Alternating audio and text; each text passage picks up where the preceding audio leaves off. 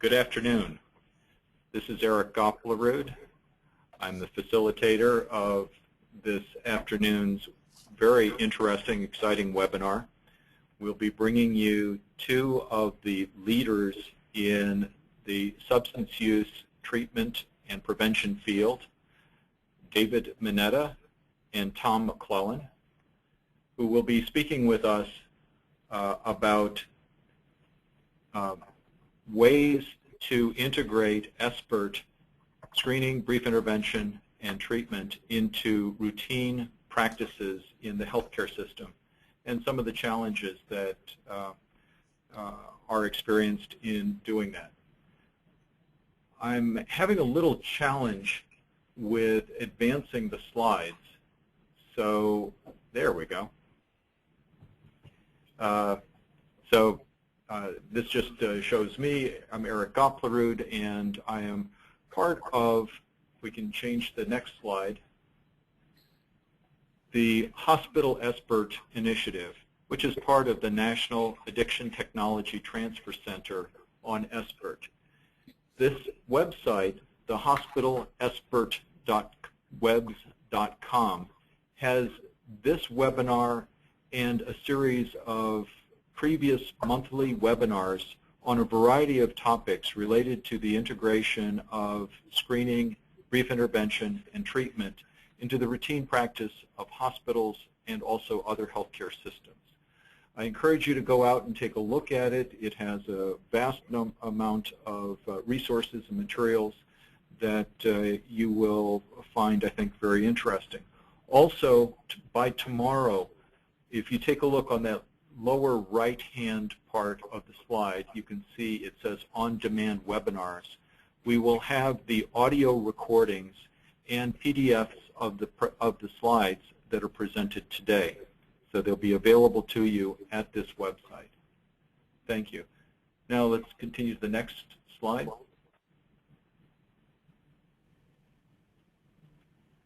Okay, I'd like to ask Holly Hagel, who is the lead for the National SBIRT ATTC, to briefly describe the ATTC. Holly? Thanks, Eric. If we go ahead to the next slide. As Eric mentioned, we are the National Screening, Brief Intervention, and Referral to Treatment Addiction Technology Transfer Center. That's a lot, a mouthful, I know. But we are thrilled to be one of 4 National Focus Area ATTCs.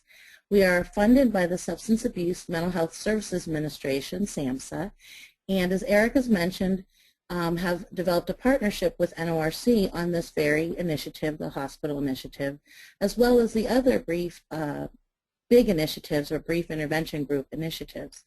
So the big initiatives has 2 initiatives, the hospital one, the webinar you're on today, and also the EAP initiative. And we're hoping that new people will join this group regularly, and for those who have been regular attendees, thank you so much, and we're enjoying our partnership with NORC on SBIRT. We invite you to connect with us through our website. The ATTC has a network website, and we have an SBIRT page, which is a portal to a variety of SBIRT tools and resources. You can sign up for our SBIRT Alert, which is an email update that points to the latest news and efforts around SBIRT, so I encourage you to join that. And you can connect with us through our email. It comes directly to me and my other staff here at the network, and you can email us and just ask us any questions or look for further resources or training and technical assistance. So thank you all, and I hope you enjoy the webinar today. Thank you, Holly. Now, through the next hour of our webinars, you'll notice that on the right-hand column there is a panel where you can enter a question. We will not be taking questions during the presentation. However, if you do have issues, for example, you're having problems seeing the slides or audio problems, please type those in, and Misty Story, who is managing the production of the webinar, should be able to get to you and suggest how you can resolve technical issues. But if you have questions as the presentations are being made, please type them in, and at the end of the presentations, we will take those questions and foster a discussion with our presenter. Now, David Mineta, the Deputy Director for Demand Reduction at the White House Office of National Control Policy, who will be going first, has other commitments, so will not be able to stay through the entire webinar. So we will not be able to take questions directly, get his answers directly. However, we will forward those questions to him for subsequent addressing those questions. So I would like to introduce David Mineta, who is the Deputy Director of Demand Reduction at the White House Office of National Drug Control Policy. David was confirmed unanimously by the United States Senate in 2010. In his position, he oversees the Office of Demand Reduction, which focuses on promoting drug prevention and drug treatment programs, as well as the agency's newly created focus on individuals in recovery from addictions. Its focus on drug prevention and treatment services has been long-standing. Since 1996, Mr. Mineta has worked with the Asian American Recovery Services throughout the San Francisco Bay Area. He started as a manager of youth prevention programs, but quickly rose to associate director and then deputy director, where he was responsible for all aspects of the program.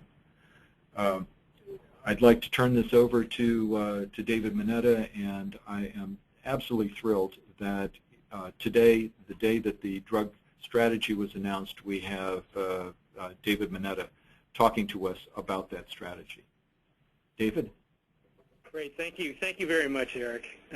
It's an honor to be here today, and I really appreciate your facilitation and all to make this happen today on such a historic day.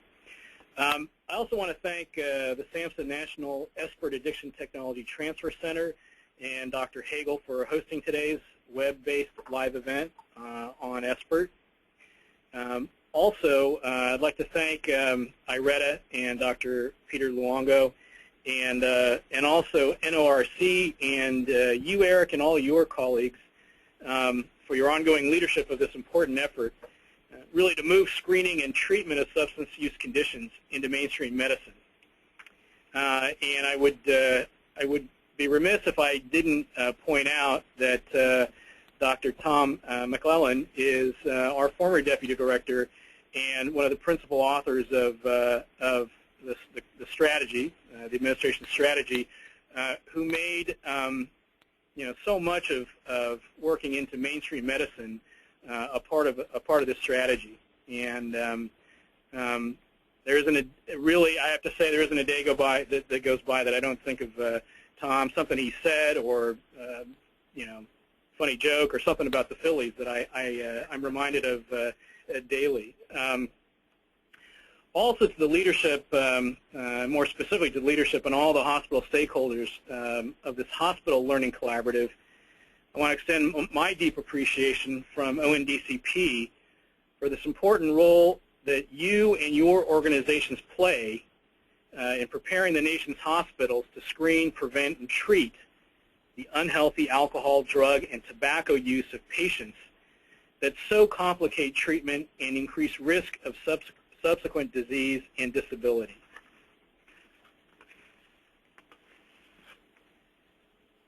The Hospital Learning Collaborative supports the President's drug control strategy, and it is an absolute honor for me to be with you to announce that today the Obama administration did release the 2013 National Drug Control Strategy. And the strategy represents a 21st century approach to drug policy that outlines innovative policies and programs and recognizes that substance use disorders are not just criminal justice issues, but also a major public health concern. The strategy details actions to implement the Affordable Care Act, which we have to always underscore, and this is really so very important, that for the first time in history ends discrimination against people with substance use disorders by requiring insurance companies to cover treatment for substance use disorders as they would for any other chronic illness, and extends health coverage insurance, health insurance coverage for substance use and other mental health disorders to an estimated 62 million people. The National Drug Control Strategy is the administration's primary blueprint for drug policy in the United States. The strategy reviews the progress we have made and also looks ahead to our continuing efforts to reform, rebalance, and renew our national drug control policy to address the public health and public safety challenges of the 21st century. Specifically, the strategy is guided by three very basic facts. Number one, addiction is a disease that can be treated. We know this. Number two, people with substance use disorders can recover. And finally, innovative new criminal justice reforms can help stop the revolving door of drug use, crime, incarceration, and finally rearrest. The President's 2013 budget contained a request for Congress to increase funding for prevention and treatment by $1.5 billion over the FY 2012 amount.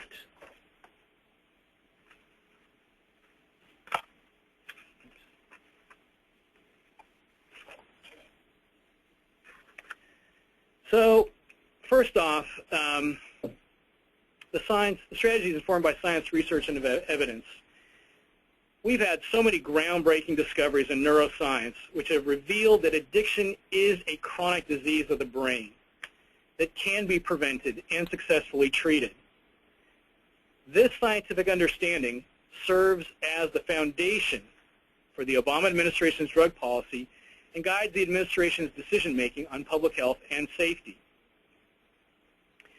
Preventing drug use before it begins, particularly among young people, is absolutely the most cost-effective way to reduce drug use and its consequences in America. Recent research has concluded that every dollar invested in evidence-based substance use prevention programs in schools has the potential to save up to $18. Remember, it's $1 for every $18 saved in areas such as substance abuse treatment and criminal justice system costs.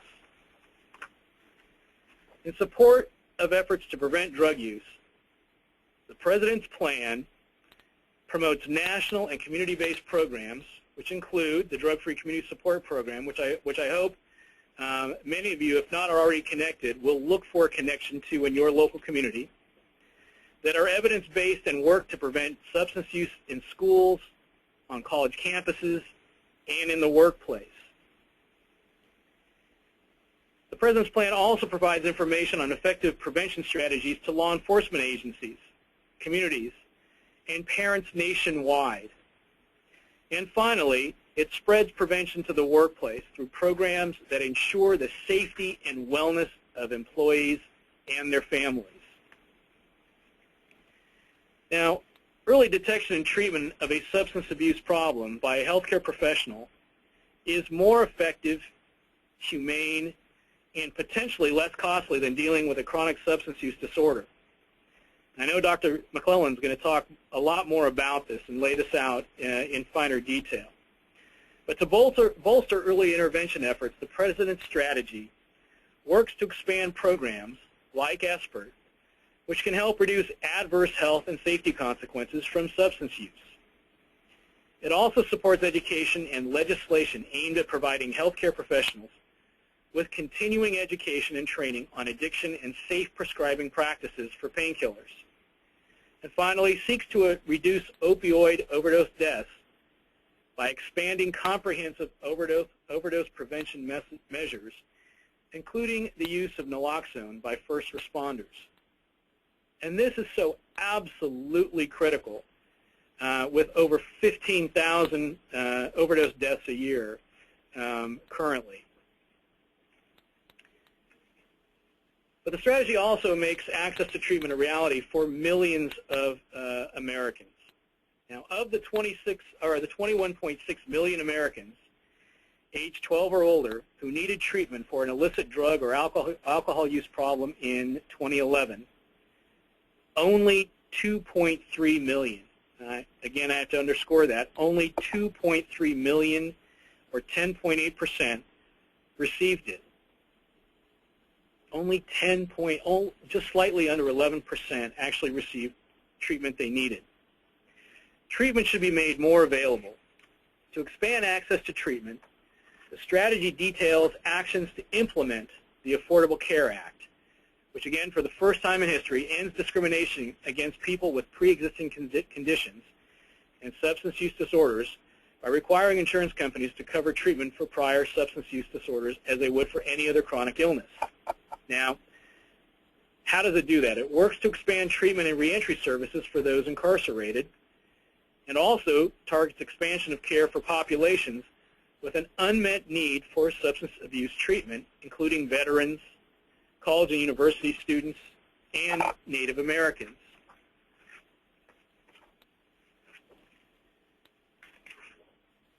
The strategy also gives a voice to Americans in recovery, which we are so very proud of. Today, millions of Americans are successfully in recovery from substance use disorders and are healthy, responsible, and engaged members of their community.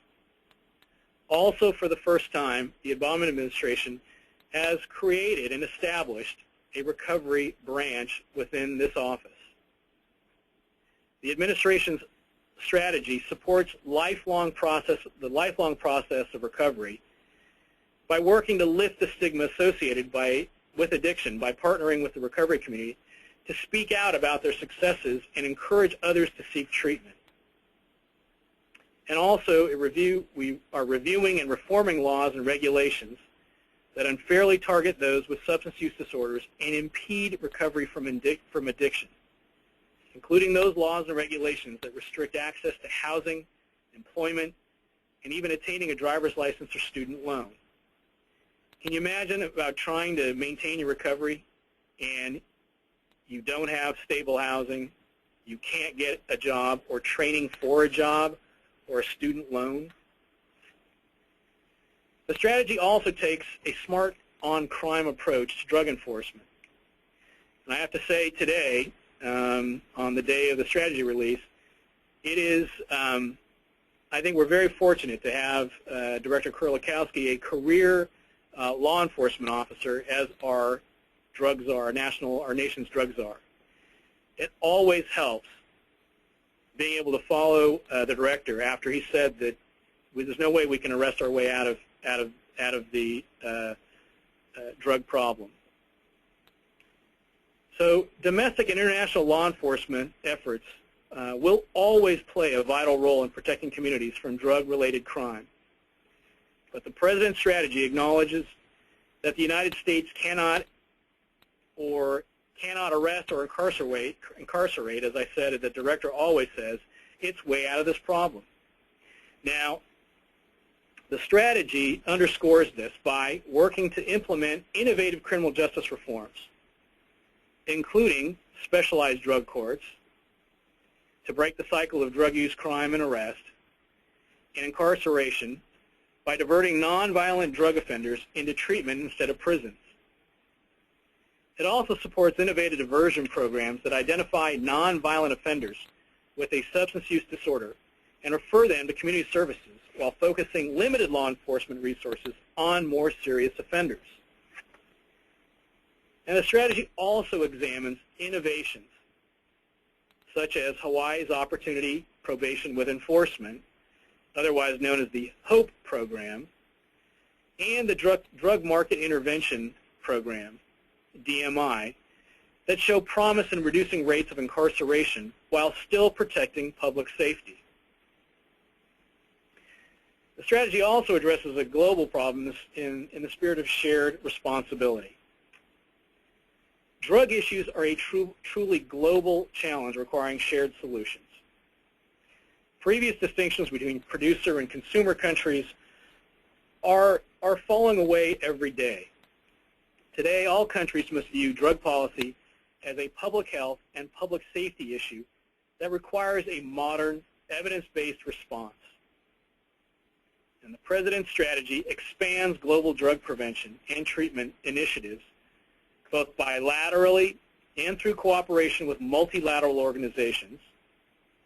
It promotes alternative livelihoods for farmers in regions of the world susceptible to drug production and trafficking, and promotes collaboration with international partners to expand and modernize law enforcement and criminal justice institutions. The goal of the strategy support the goals of the ACA to improve our citizens' health, quality of care, and reduce healthcare costs. And with the full implementation of ACA in January 2014, many more people will be eligible for substance use disorder treatment services. Initiatives like the SBIRT Hospital Learning Collaborative expand the range of doctors, physicians' assistants, nurses, counselors, social workers, and other specialists able to identify and ensure treatment for individuals with substance use disorders. This has important implications for the health of the American people and our nation's economy. SBIRT helps identify people who may otherwise go undiagnosed with a chronic substance dependence problem and get them actually into care. SBIRT is an intervention approach to address risky use and an opportunity to diagnose and refer patients to specialty treatment, all as covered services.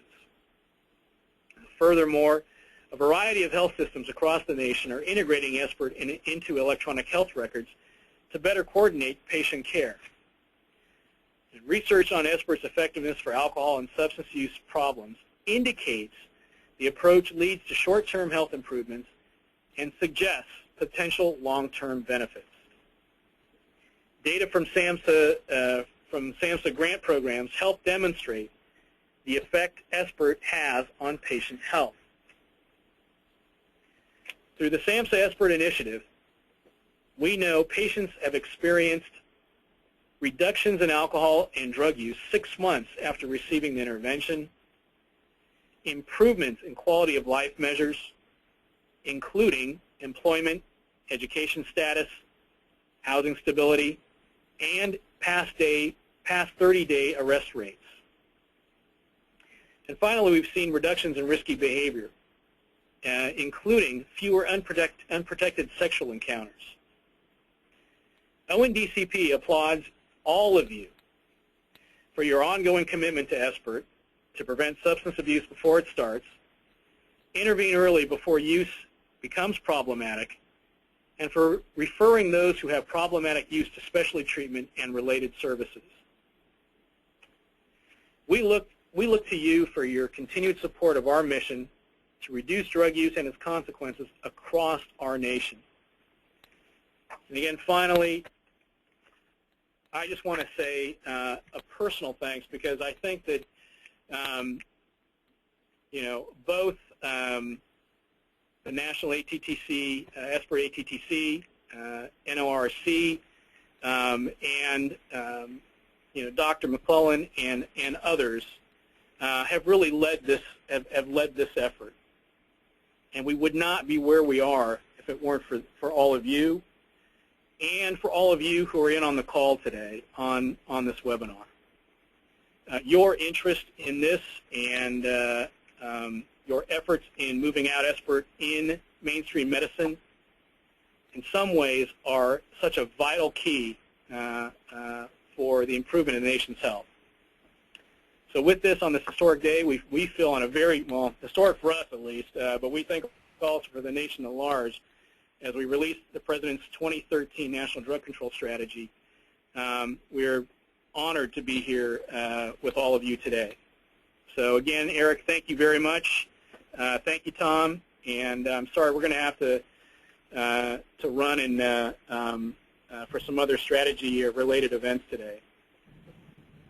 Well, thank you very much, David. And before you go, let me thank you and thank the director for really turning a corner where the drug strategy is emphasizing prevention, early intervention, treatment, and recovery supports as the main pillar for the effort to reduce the public health disaster that we have had in substance use for many years. So thank you very much, and the drug strategy is terrific. It emphasizes SBIRT. It emphasizes how important now having reimbursement for substance use, parity coverage, coverage under Medicare, and in many states Medicaid for SBIRT services. And this really is a credit to the leadership of the administration and ONDCP in helping move these administrative mountains. So thank you very much, David. Thank you, June Civilli, and the rest of the staff there at ONDCP for your leadership. That's great. Thank you, Eric. And I would like to thank June and Jamie, June Civilli and Jamie Delano, who are here with me as well, and for all their work in this historic time. So again, thank you, Eric. Thank you. Okay, bye. Now I'd like to turn next to a person well known to the substance use treatment field, Tom McLellan. Tom is CEO and co-founder of the Treatment Research Institute, or TRI, and is probably the nation's and maybe the world's foremost substance use researcher. Tom is well known for telling things exactly as they are, whether that makes the listener uncomfortable or feel reassured. You know that what you're going to get from Tom is unvarnished, brilliant truth. Tom has worked at the Office of National Drug Control Policy as the Deputy Director. He has led at ONDCP a broad range of drug issues, including the formulation of previous National Drug Control Strategy, and was tireless in his efforts there and has previously of bringing science and practicality to substance use treatment. So I turn this over to Tom for some unvarnished remarks and I think bloodied experience about what it's like to implement some of the ideas in the drug strategy around integrating SBIRT into medical care. Tom? Well, thank you, Eric, and it's great to be here. I hope you're viewing the slide that starts it off, and I want to tell all the researchers in the audience, this is not going to be something you're going to end up getting a grant from. This is not going to be one of those things that's going to end up into the New England Journal of Medicine. It's really a discussion of three different stories, really, how we have struggled to get screening, brief intervention, and where necessary, referral to treatment into not just medicine, but also into schools and also into hospitals. So let's start here, because this is something that a lot of people, when I talk about screening and brief intervention in medical settings, I get either one of two reactions. Usually is, what the hell do we need screening for? Everybody knows when you see an addict, they've got a syringe hanging out of their arm, or they're alcoholic and they're violent, and you don't need to screen for those people. And to some extent, that's right. So let's just talk about who we're really talking about with a picture of the prevalence of not addiction, but substance use disorders in the U.S. This is the adult population. It's a little pictorial representation. It's a pyramid. The largest part of the pyramid is down the bottom, and that represents the largest proportion of the United States adult population, 12 and older,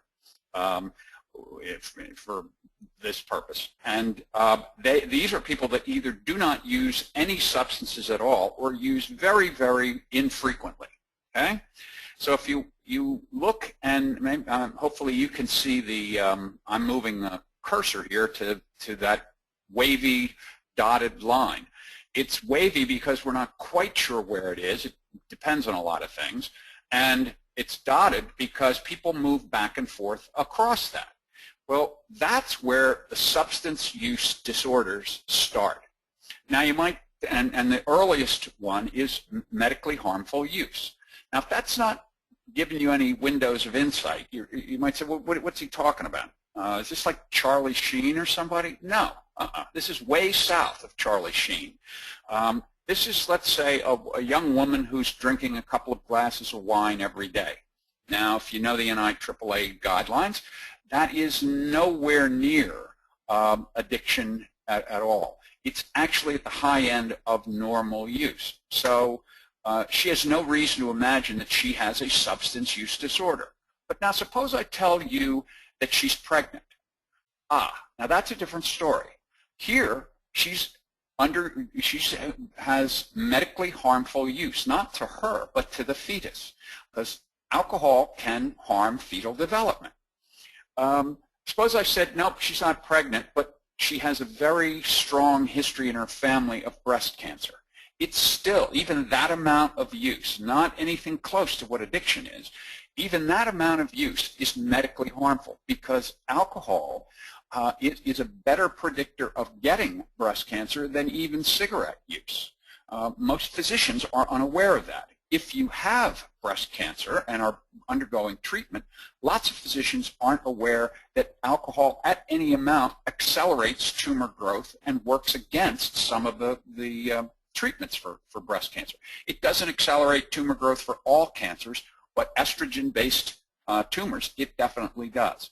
And again, these are not my opinions. These are derived directly from research reviews. Okay, let's keep moving up the pyramid here. Now we're at that nice, crisp, bright line, and that's Charlie Sheen territory. Now you're in the most severe, most recognizable, most widely discussed parts of the substance use disorder spectrum, the addictions, abuse and dependence. My figures are somewhat different than David Minetta's. Let's take his. He says it's now down to around 21 million people. It's still right in there with the number of people who have diabetes in this country, a very significant proportion. And if you go even to the top of the pyramid, that little orange pinnacle represents the proportion of people who are in treatment. As David said, a tiny 10% or less of the people with the most severe disorders get any kind of care. But that's not the main point. The main point is that if you look at the group of people that have medically harmful use, the lower severity disorders, two things are important. One, there's a lot of them.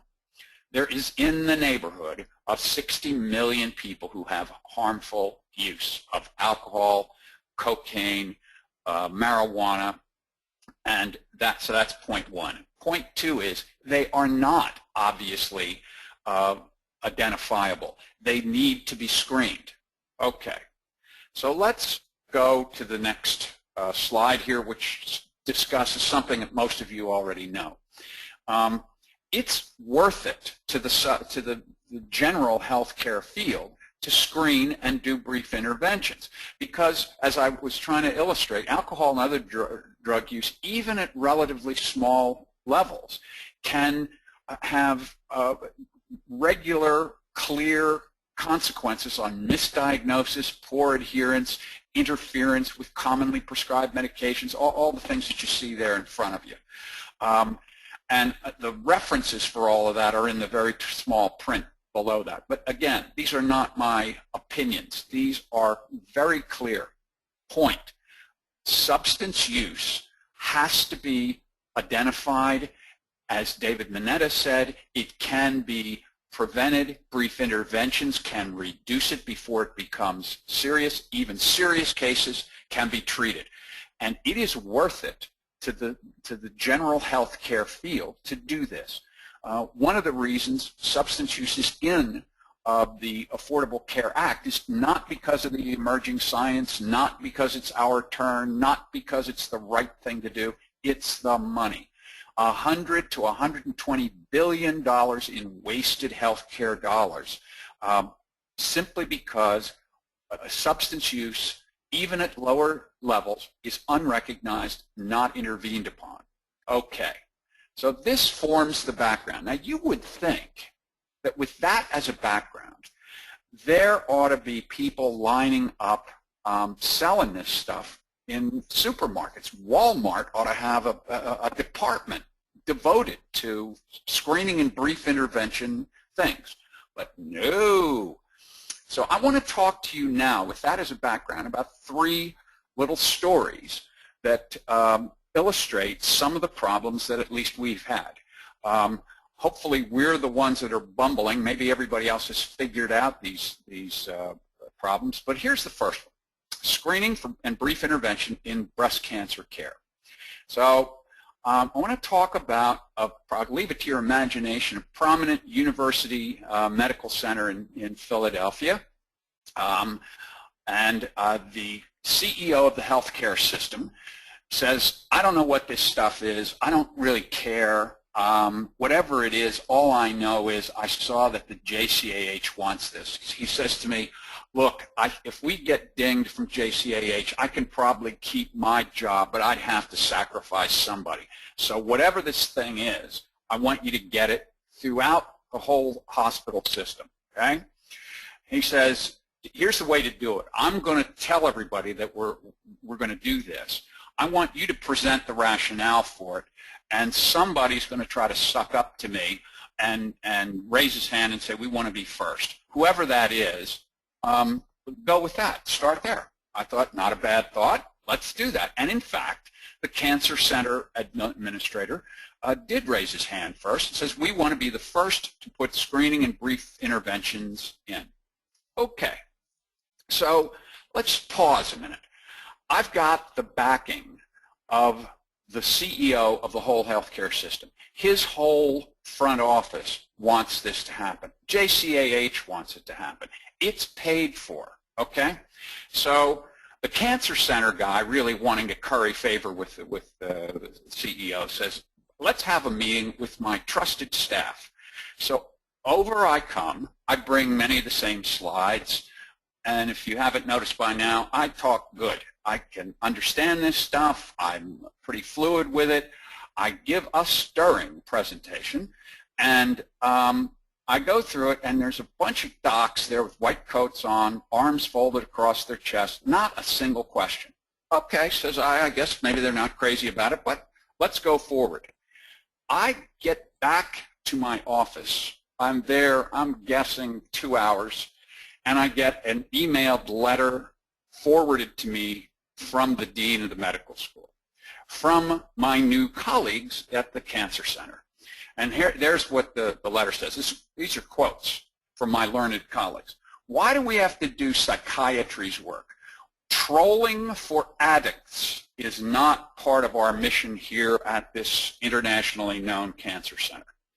So let's call this a bad start, okay? It was a failure to communicate. So back I go. This time I bring in the research. And I say to these guys, look, I'm not here, I'll go through, I'm not here to ask you for a favor. I'm going to tell you some things that you may not know, even though this is an internationally known cancer center. Alcohol is a predictor of susceptibility to breast cancer. Alcohol at any dose accelerates tumor growth, and this little quick intervention that you will be paid for, or one of your staff will be paid for, will help. It won't help cure alcoholism. And by the way, I have to stop there, because that's, you notice what they sent to the dean, trolling for addicts. That's what they hear. When you say, let's do screening and brief intervention, they're thinking down and out, absolute, out of control alcoholics. And let's be candid. Brief interventions have not been that good for the most severely affected people. They don't get that you're talking about people that they don't see, okay? So I then said the following to them. I said, first, I'm not here asking you for a favor. I'm here to try to make breast cancer care better. It says big sign on the door, evidence-based cancer care, right? This is the advanced medicine section. It says it on the door. So if you'd like to do advanced medicine, and if this can help, I'm here to help you out. If this doesn't fit, if it doesn't help cancer treatment, we're out of here. No problem. I don't complain to the dean or anything. We're gone. All right. They don't believe it. They don't believe a word I say. So they have their own committee go and review all the research that I presented. They were quite surprised, but because the research had not been published in substance abuse journals, nor had it been published in general medical journals, it had been published, most of it in cancer specialty journals, they believed it. They said, I'm surprised, but I'll buy it. So now the conversation changed right away. To their credit, they wanted to first understand that this stuff could possibly make some difference in cancer care. That's their job, after all. Next was what we spent the rest of our time on. Is this going to fit? How's it going to be clinically valuable? And you have to put yourself in their shoes. Again, when you say the word alcohol to these guys, and when you talk about presenting alcohol to their patients, they think it's an accusation of immoral conduct. They think it's an intrusion into somebody's lifestyle, and they said as much, okay? So then they had some really quite legitimate concerns. If you know anything about medical school training, you've got rotations of new staff, new residents coming in every 12 weeks. We can't do something that's going to have to require a lot of retraining. That just won't fit, okay? So we'd have to overcome that. Also, it's a very busy place. Exactly who's going to do this? When are they going to? How's it going to fit into the cancer care? And how's it going to work? One of the things I thought was that we'd be doing the screening as people came in for their care. They immediately said that that would be a bad idea, and they were right. Most of the people that come into the breast cancer center get immediate doses of chemotherapy and or radiotherapy. They are very sick. They are nauseous and have all kinds of illness. Nobody's going to be drinking then. They said if this is going to work, it's going to have to happen after that original round of chemotherapy, and they were right. Next, and once again, if you're a psychologist, a social worker, a counselor, nobody needs to tell you exactly what to say. You are conversant with people. You understand the issues. You want to get into a dialogue. These guys did not. They wanted to know precisely and exactly what to say. And when the patient came back with a question, they wanted to know exactly what the answers to their supposed questions would be. I'm not making fun of them. It is how they do business. They're on a very tight schedule. And if we couldn't help them with that, well, we're out of business, okay? Finally, and frankly, this was the answer to almost everything, it had to go into the electronic health record. If it wasn't in there in a meaningful way, it absolutely would not happen. The idea that you're going to train a few people and they're going to be acolytes and spread this around the hospital, put it out of your minds. This has got to be in the electronic health record, and it's got to be in a way that basically forces people to do what needs to be done. The big thing they were very worried about is the negative reactions that the patients were going to have. And after you strip away the legitimate issues of health care in this environment, it's a business. They didn't want their customers to be upset.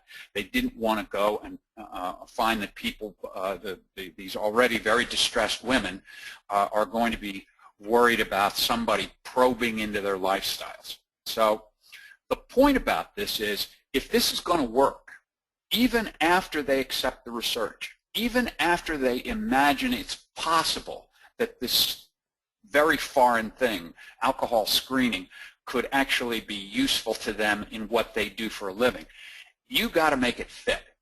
And here's a screenshot. I'm not sure if you can see it or not.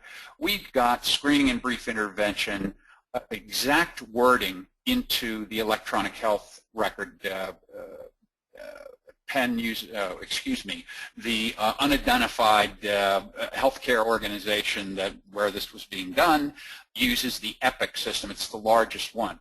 So we developed an app for EPIC. We actually sold it to EPIC, and they use it.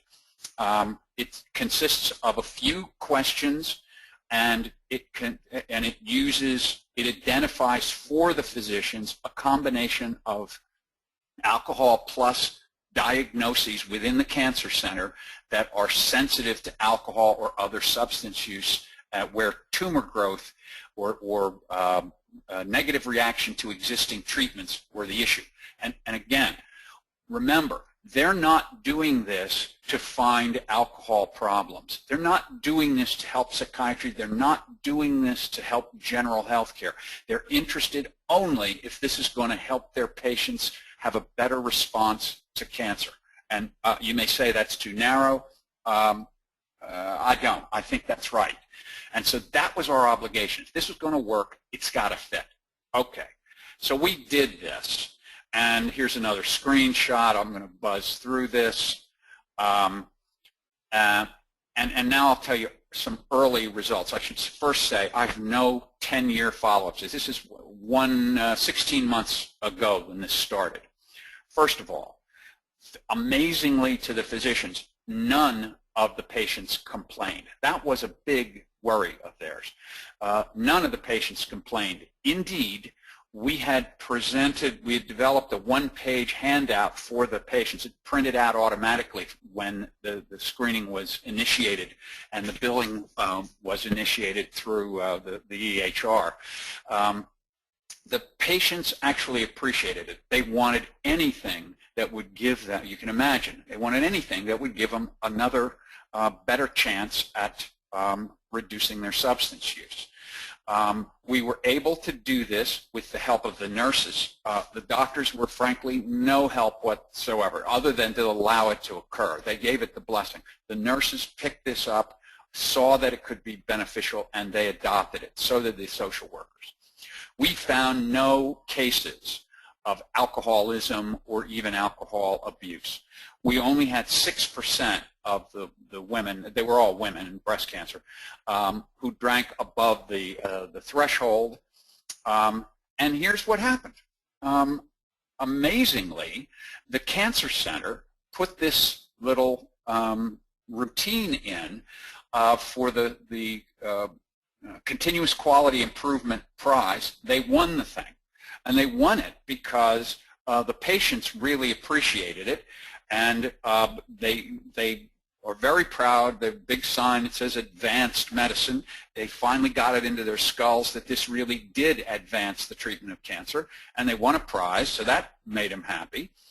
And with this, screening and brief intervention is now part of regional cancer training. This medical center trains all the cancer centers in northern Delaware, I guess Virginia, most of Pennsylvania, and southern New Jersey, and now it's part of that. I don't know if I left this august medical setting, and we never did a follow-up study, a proper study. I can't tell you if it reduced drinking. Mind you, there wasn't an awful lot to start with. I can't tell you if it really improved cancer care. I can tell you that patients liked it. More recently, I called them back up because of this presentation, and they reaffirmed that as of beginning of this month, this is in regular operation, no patient complaints. Once again, it became part of continuous quality improvement, and that's a good thing. It's in the neighborhood of 5% of the women are drinking above an admittedly very low threshold, but that appears to be appreciated. They do an awful lot of things for conditions that are even 2% of a population, so this is well within the action threshold, and it's still part of regional cancer training. So, ladies and gentlemen, that was story number one. How are you going to get screening and brief intervention into a particular ward in this case a cancer center. Let's go to a different environment. We were called by a school system in suburban New York, out in Long Island, just a little bit outside of the city. And in partnership with the Phoenix House Treatment Organization, we were contacted by the school system, and the superintendent says, look, the school superintendent was quite familiar with Phoenix House, and he turned to them and he says, look, we have so many drugs here. It's not just marijuana. It's OxyContin. We've got benzodiazepine use. We've got stimulant use. It's promoting sales right in the place, and you got active groups of kids forming gangs. It's starting to get dangerous. So that's bad. But wait, there's more. Almost too tiny to even mention were some other significant problems here. One, the school was broke. They had no money for new interventions. If they had had money and if they had presented it to the teachers union, the answer was no flippin' way. The teachers union said, we will not allow our teachers, not in our contract there, we're not doing a doggone thing. Frankly, that was good because A, none of the teachers had been trained. B, do you really want the people that are going to be writing the letters of recommendation to your kid's school or your kid's college, do you want them to be doing screening and brief interventions? I'm not sure. Finally, the school board was quite helpful. They almost fired the superintendent, and the reason had nothing to do with the substance use at all. Nothing. Not one school board member challenged it. Indeed, they said it's worse than you're saying. No, sir, this is far more important than the health of our kids. It's property values. If it gets out that there's substance use in our leafy little community, well, our property values will go down. And folks, I'm not making this up. We were at those meetings, and it was really ugly. Thankfully, the superintendent overrode them and pushed it. But those were some of the things. Again, new environment, new challenges. It's the same thing. We know that kids have drugs. We know they're emerging. We know that screening and brief interventions could work. How's it going to fit? Okay. So screening brief interventions might work, but who the hell is going to pay for this? It's not going to be the school system. So we said, whose interest would it be to reduce substance use? Maybe the health department. So we contact them, OASIS and the Department of Health, and to their everlasting credit, they said, oh yeah, we're very interested in this. It's part of our recurring budget. We do not offer it in schools. There are some exceptions we later learned. There are registered health clinics in some schools, but there wasn't one in the school that we were working in. So they said, we'll be happy to reimburse this, but it can only be done by a properly trained counselor, and it can only occur in a health clinic, a licensed health clinic. So next question was, all right, look, suppose we found a way to get the brief interventions and the screening done, and we find some problems. What are we going to do? We have to have a place to RT, right? We have to refer to treatment. So it was Phoenix House that supplied that. Next problem we had is, after we go to all this trouble, we say to ourselves, wait a minute, just exactly what's in it for some kid to say, yeah, thank God, I'm sorry, I'm glad you brought that up, because I've been meaning to tell you people that I've been using marijuana way too much. These are significant issues. So once again, quite apart from the science, quite apart from the potential value, it's how's this going to fit? And so here was the first round of solutions. Number one, create a licensed health clinic in this school. We got an architect, builder, and I should say not we, this was Phoenix House did all of this. They got an architect, a builder, negotiated it with OASIS, the substance abuse arm of the health department, and next we got an agreement that the great majority of this would be preventive services. It's a preventive service. Now the reason that's so important is, as a preventive service, you need not get parental consent. We did this anyway. Because this was experimental, we said at least we ought to notify the parents, so we put this into a packet of the forms that get sent out to parents on the opening day of school. So they had to opt out. I believe it's accurate to say there's like 5 parents opted out, okay? The other reason this is important that this be considered prevention is this. Suppose the kid grows up and he wants to become an airline pilot, or he wants to get into some kind of place where there's sensitivity and requirements for that. He could actually say that he did not get substance abuse treatment. He could get up to 6 brief intervention sessions and still accurately report for the rest of his life that he never received substance abuse treatment. He didn't. It was just an intervention. Okay. Now, Phoenix House did all the heavy lifting on this, and it was really a help, but it couldn't have been done without the New York City Department of Health and also the Department of Education. They smoothed the way. Despite our multiple assurances to the cognoscenti at the teachers union, they were gravely suspicious that their teachers would have to lift their fingers, and they were against that from the very beginning. So Department of Education deserves credit, and so does New York City. All right, swell. Now, how are you going to get a kid to say, yes, I'm using substances? And how's it going to fit into a curriculum? So what we did is we said, let's see what is required as part of preventive education. Let's try to give the teachers something that will be useful to them. They can check a box and say that drug abuse prevention could be done. And so we created an engaging, anonymous screening program via the computer.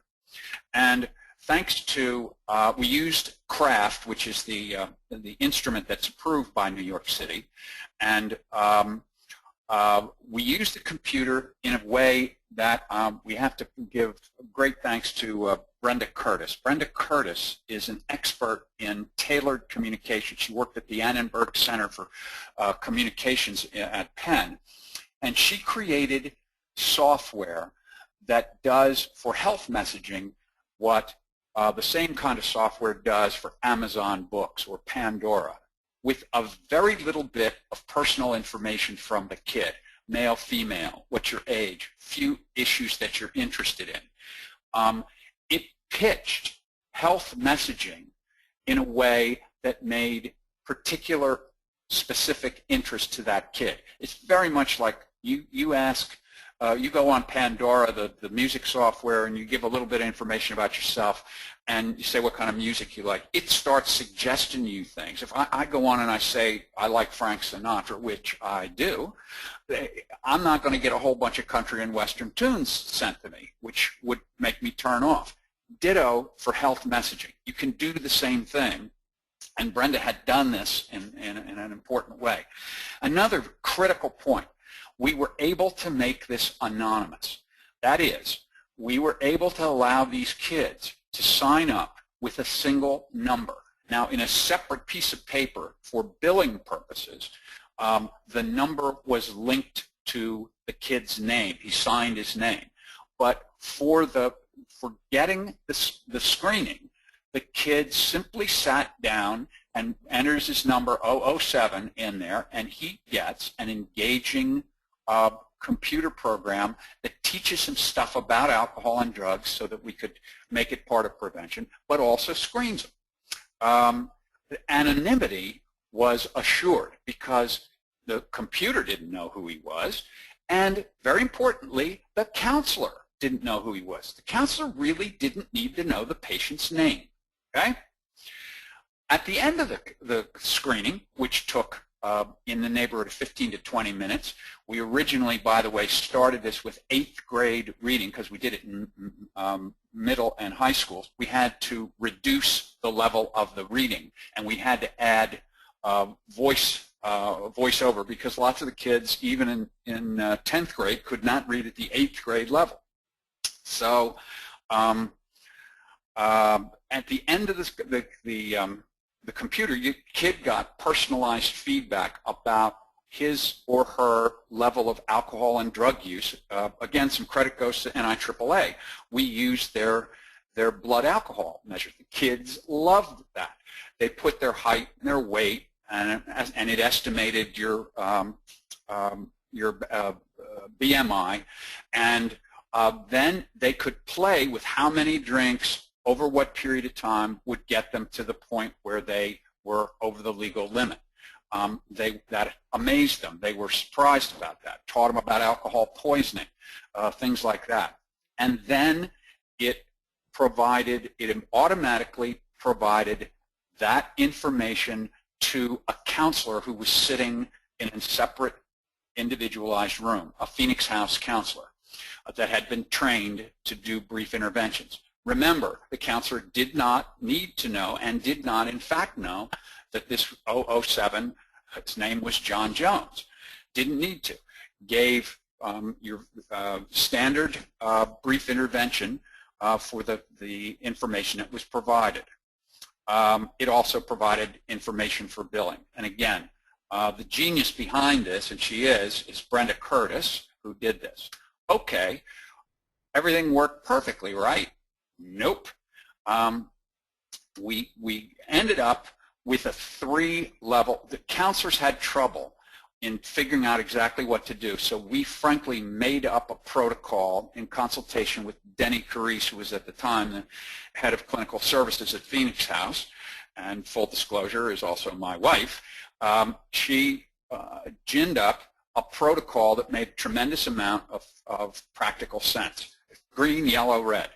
Kids, you might want to write this down. Kids that don't use substances don't have a problem, okay? So that was the green. Kids that had some level of use of alcohol or any substance, any other substance, were given pretty much standard brief interventions, and the goal there was to get them to understand the nature of the problem and to come to the point where they felt they recognized it and could do something about it. Remember that you were able to do 6 of these. That is, if the kid said he wanted to. Nobody was forced to do this. So if the kid liked talking to the counselor, he could come back for 5 more sessions. Then there was the red protocol, and that's when the kid says, yes, as a matter of fact, I'm injecting drugs, or yes, I've been using alcohol every day after school, or I've been drinking to the point of blacking out, any of a number of problems. We treated this in a fundamentally different way.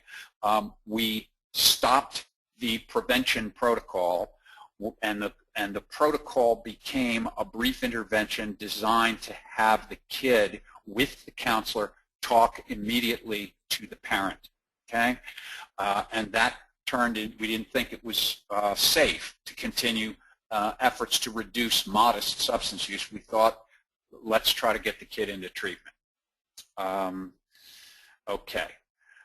So the first level of testing revealed some problems. It turned out that although New York State had done everything they could, several of the insurance companies would not acknowledge screening and brief intervention and would not pay for it. We've still not figured that out. It's just obdurate stuff, but anyway, that continues to be a problem.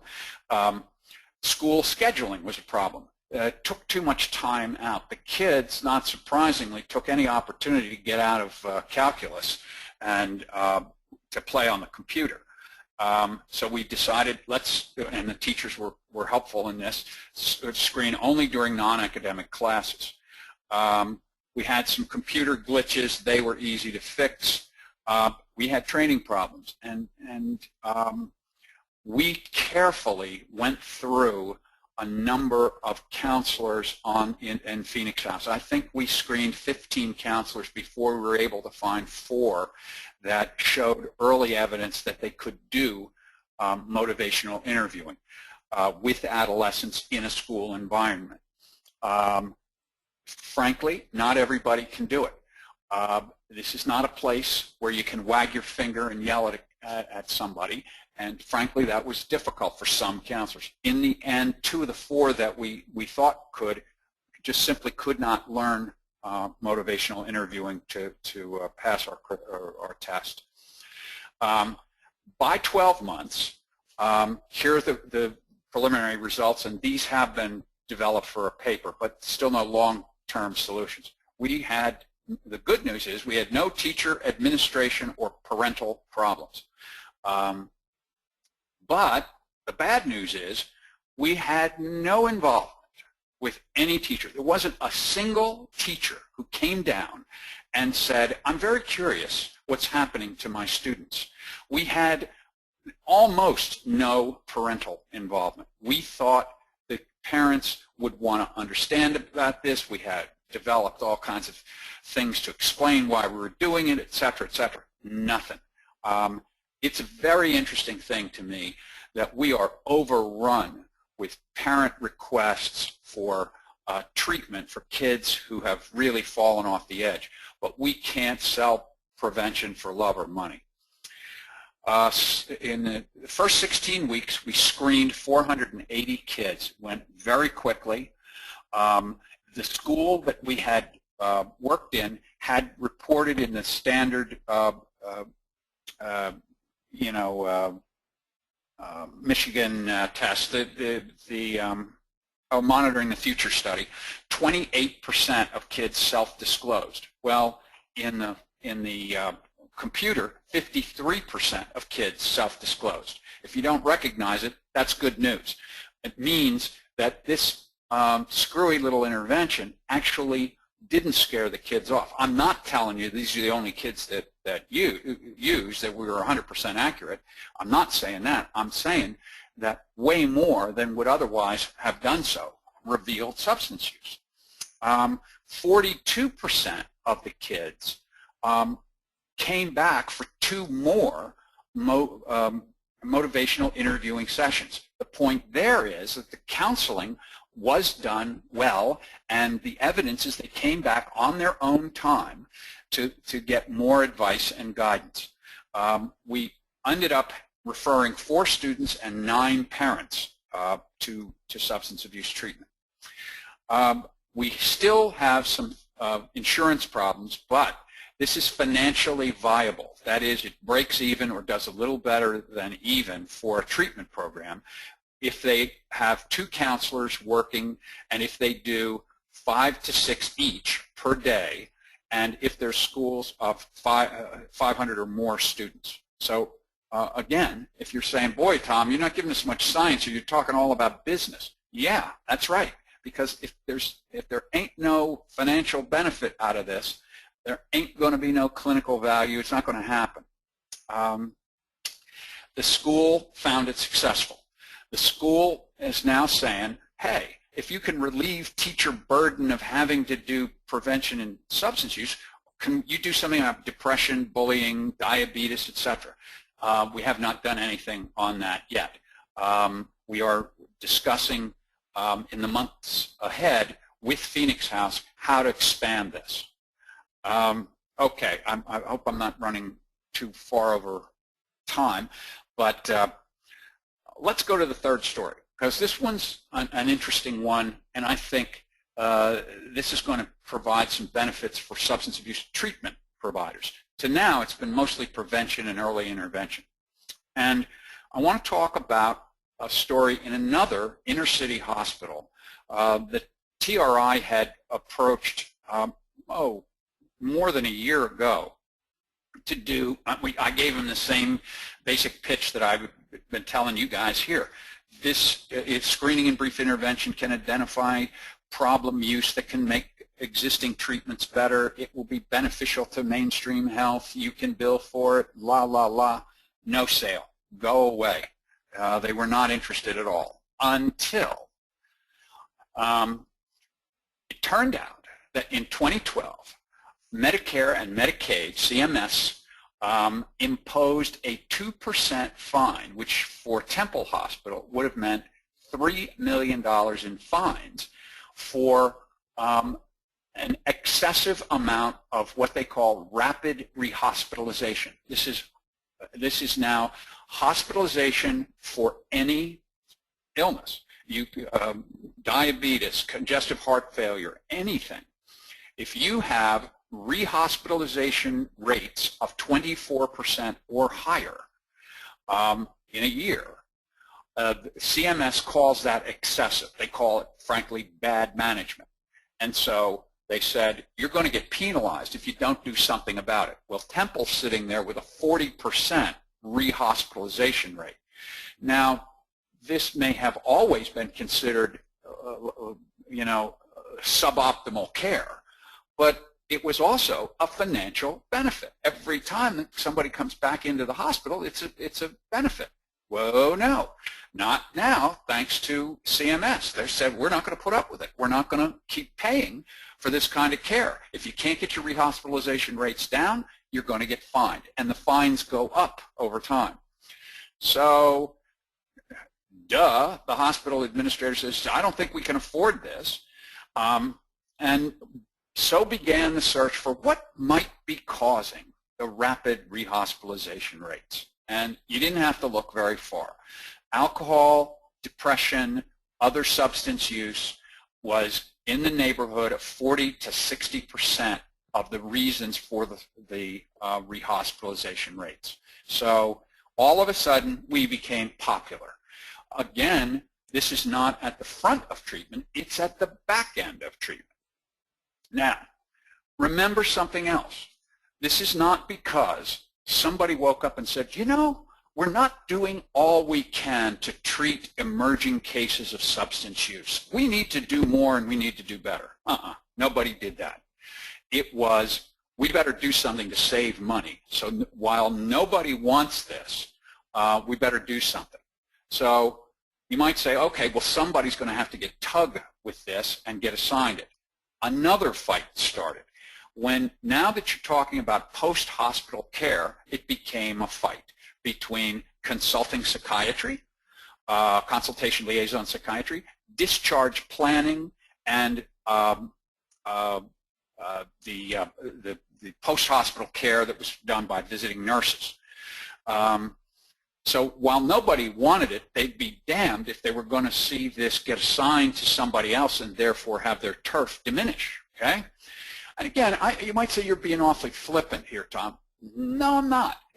Don't tell me it doesn't happen in your center. It's just perfect, human behavior. That's what happens. So the hospital realized they needed the help. They sure as hell didn't want to pay for this, okay? So again, here's this pyramid again. Before, we were south of the addiction line. Not this time.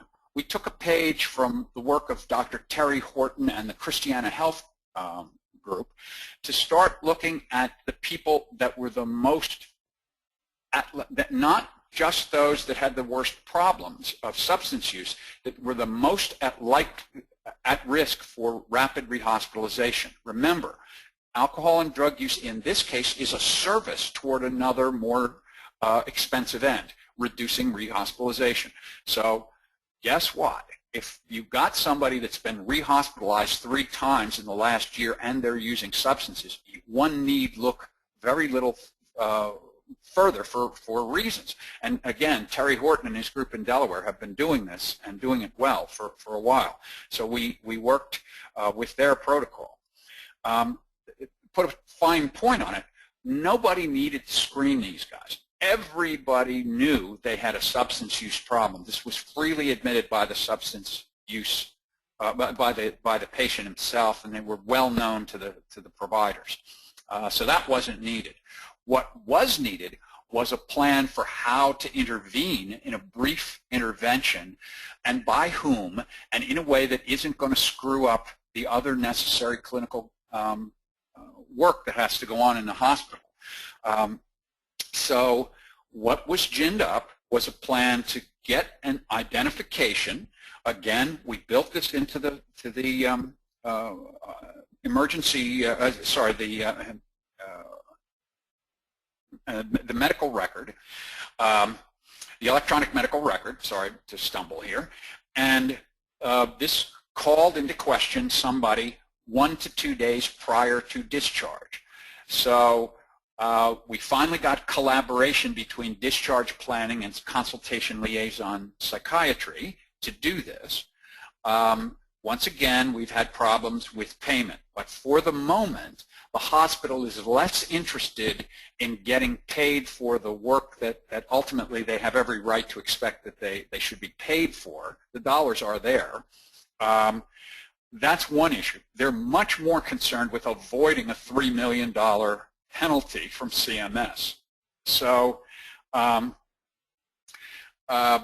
discharge planning drew the short straw and inherited the responsibility for doing this, and thus far have done a very nice job, I must say. Visiting nurses are going to be called in to do this. They're out there visiting patients who are discharged anyway, but candidly, visiting nurses they're overworked. They're not wild about the idea of visiting alcohol-dependent individuals, and so we made up a new plan. And the plan is, first we consulted with Terry Horton and his group at Christiana Healthcare.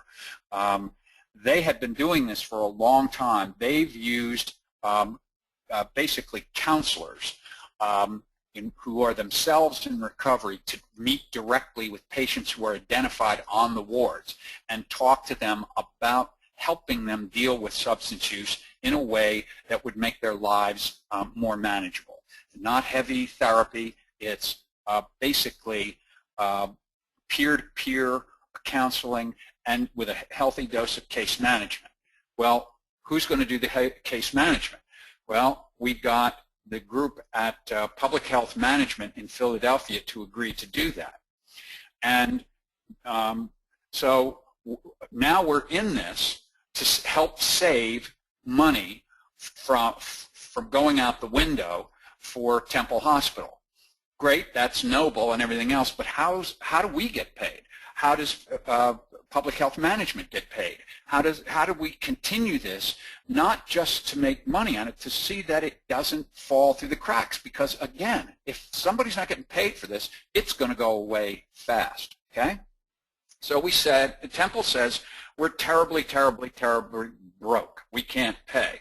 So we said, all right, let's agree on what a rehospitalization would cost you. Not just in penalty, but what it would cost in billing, okay?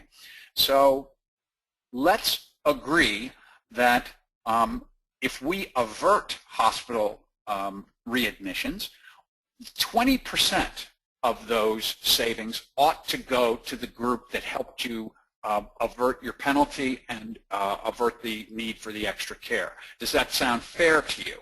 And they said yes. So we are in an at-risk financial arrangement. This is still an emerging issue.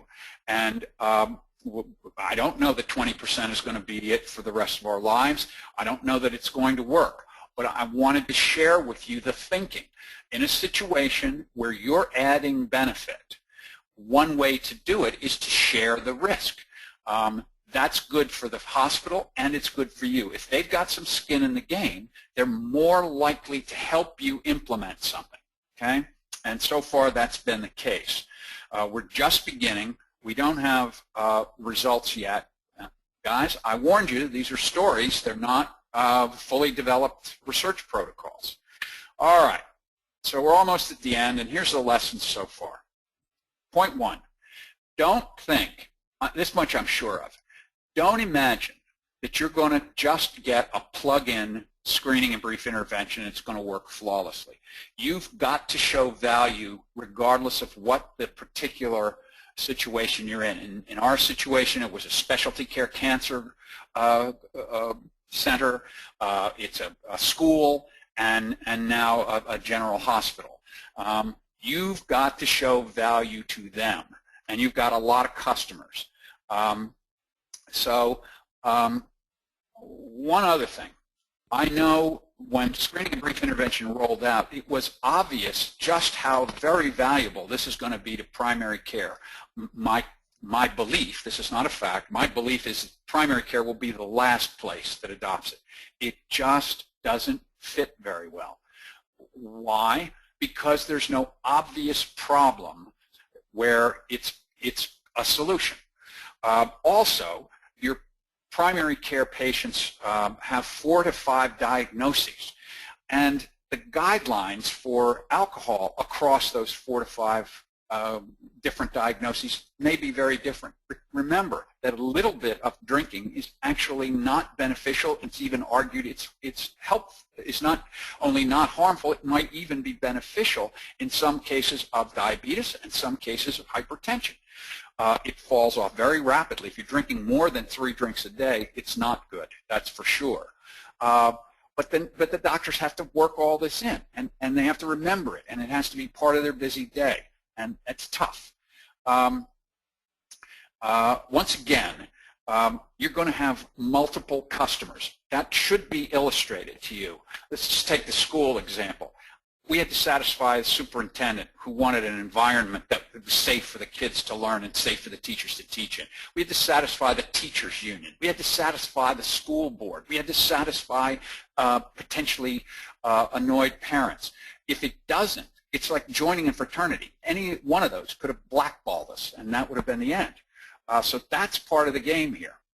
So there are a lot of stakeholders, and these are just some of them.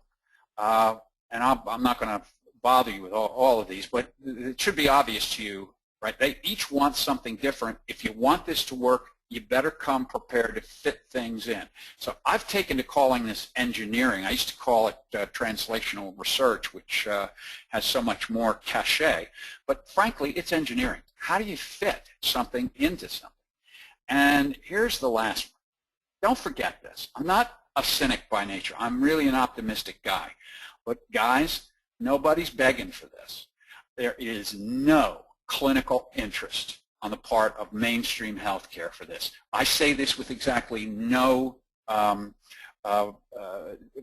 wish I were wrong about this. I take no enjoyment from it. We haven't yet demonstrated our value to the mainstream healthcare, not yet to mainstream education either.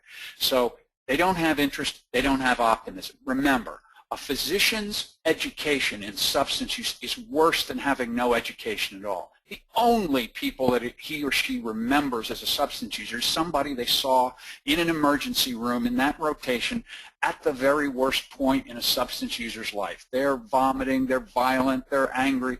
That's what they think substance use disorders is. So they don't get that there's a reason for optimism there. Then there has been real discrimination. We're seeing it in the insurance regulations. We're seeing it in all kinds of other ways. And so far, what we've done is capitalize on this. I wish it were otherwise, but it's not. And until it isn't, I'm going to tell you something I'm not all that proud of. I'm not saying this with a wink or anything like that, but I believe it to be realism. When you see that people hate substance users so much, when you see that they've got to do something because of Affordable Care Act, because they're going to be penalized, capitalize on it. And we've taken the waste management model. Again, there's waste management is a corporation that has grown geometrically in the last decade. They've brought science to the goal of reducing the public health and public safety problems that are associated with a very unpleasant problem. They've found a way to get enough, to do it at scale with enough money so they could bring new science in and do it better, smarter, more effectively than the existing environment. And that is what we're trying to do here. And I don't know how it's going to all end up, but now you know everything I do about this. I hope I haven't taken too much time, but with that, I will do shameless advertising of the Treatment Research Institute and leave you with that. I'll turn it over to you, Eric. Thank you very much, Tom. And as I said in the promo, you're always giving real, straight talk, and I think your insights are just fabulous. There have been a bunch of questions that have come up, and I was wondering if you might have a few minutes to answer them. Sure. Sorry I went on so long. No, I think it all was fascinating. First is that an individual was intrigued about this idea of hospitals being penalized for rapid rehospitalization. Right.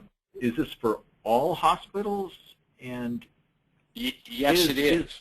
And is SBIRT really is this a good marketing tool for hospitals or for SBIRT?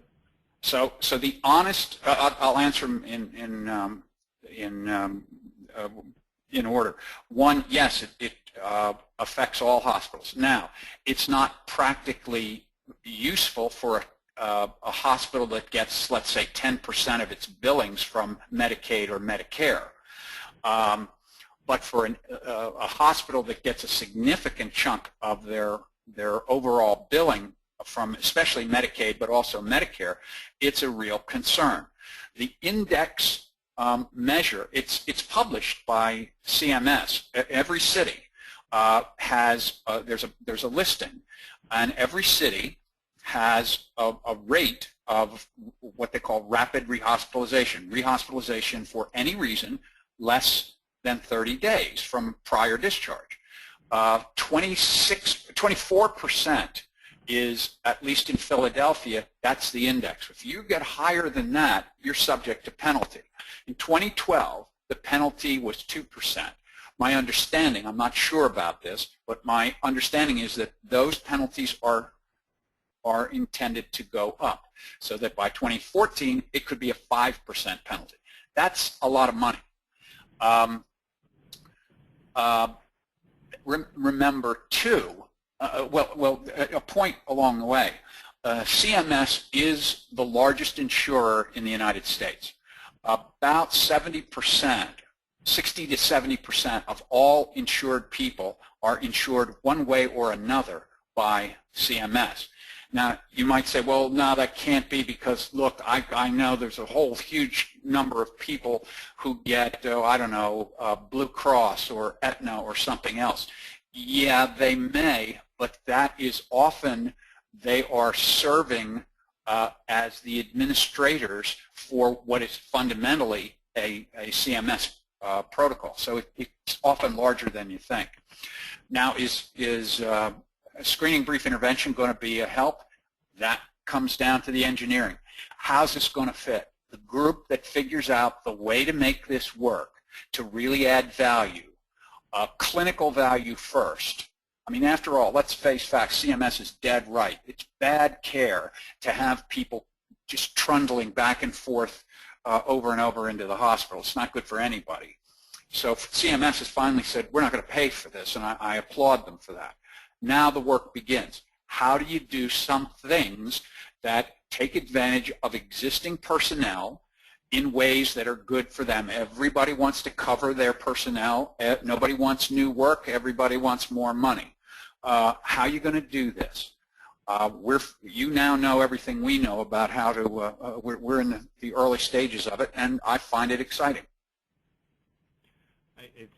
It's fascinating, the model that you've taken of waste management, where it has, waste management now is one of the largest companies listed on the stock exchange. Yeah. So there is a pony in there somewhere. Yeah, yeah. A couple of other questions that have come in, and they all are, I think, basing off of your idea of how can we make this useful? Right. Have you had any experience or know of folks who have been introducing SBIRT into DFCS for TANF or other people who are on on welfare or who are TANF recipients? Not in medical settings, but in say, welfare settings. No. Well, first of all, those are excellent. That's a great fishing hole. I'll be very specific. The real answer is no, I don't know of any. We're just starting work. We got a grant from the CURE funds, the Tobacco Settlement Grant, to do this, and Kathy Myers from TRI is starting it. I'll tell you a place to really start to look. It's the group that's aging out of their foster care benefits. Though that group, I mean, foster care is basically a factory that makes new substance abusers and new welfare recipients. These kids run out of benefits at the time when they need them the most. Many have started to use substances, and so I'm just recognizing the problem. I don't have a solution on hand, but we're trying to develop something that will couple the availability to screen and identify problems with something that will be attractive to the kid, attractive to the agencies that stand to save money, but also something that, done properly, will produce revenue that will sustain it. And I got to keep emphasizing that. In my old age, I realized something. I am an American citizen. And in America, somebody's got to make a buck. Otherwise, it doesn't have value. So if we can't find a way to make SBI, SBIRT, valuable in a way that makes somebody enough money, it will die. So that's why all the emphasis on engineering and all the emphasis on business models and all the emphasis on revenue. It's not to make Tom McLellan $1 billion. It's to make this have the kind of self-sustaining value that it needs to become integrated. This is terrific, Tom. I know I and many others would like to continue to listen to your ideas. We are at the end of our time, and I would like to put onto your calendar, if we could, a request a year from now to have you report on progress, what's worked, what hasn't worked, and what new ideas you have. Great. I would also like to invite participants to come back next month on May 22nd at 2 o'clock Eastern Time. Chris Wilkins, who's the CEO of Loyola Recovery Foundation, will be talking about the experience that he has had for the last 3 years as leading a substance use treatment program, providing services into the Veterans Administration Hospital and into ambulatory care. The model that he has developed really fits in many ways what Tom has been describing. It's a model that is sustainable, that the VA is paying for, and that is a new role for substance use treatment programs. So I want to thank everyone for coming. Particularly, I want to thank Tom, David Mineta, Holly Hagel, and Misty Story, who is the magician back behind making all of this work. We will forward some of these questions that have been asked that we weren't able to address to Tom and see if we can get the answers back out to participants. Again, thank you, everybody, and look forward to talking with you next month. Goodbye.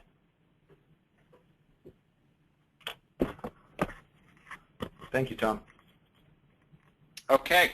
I'm sorry, Eric. I realized about halfway through it was going to be longer than I imagined.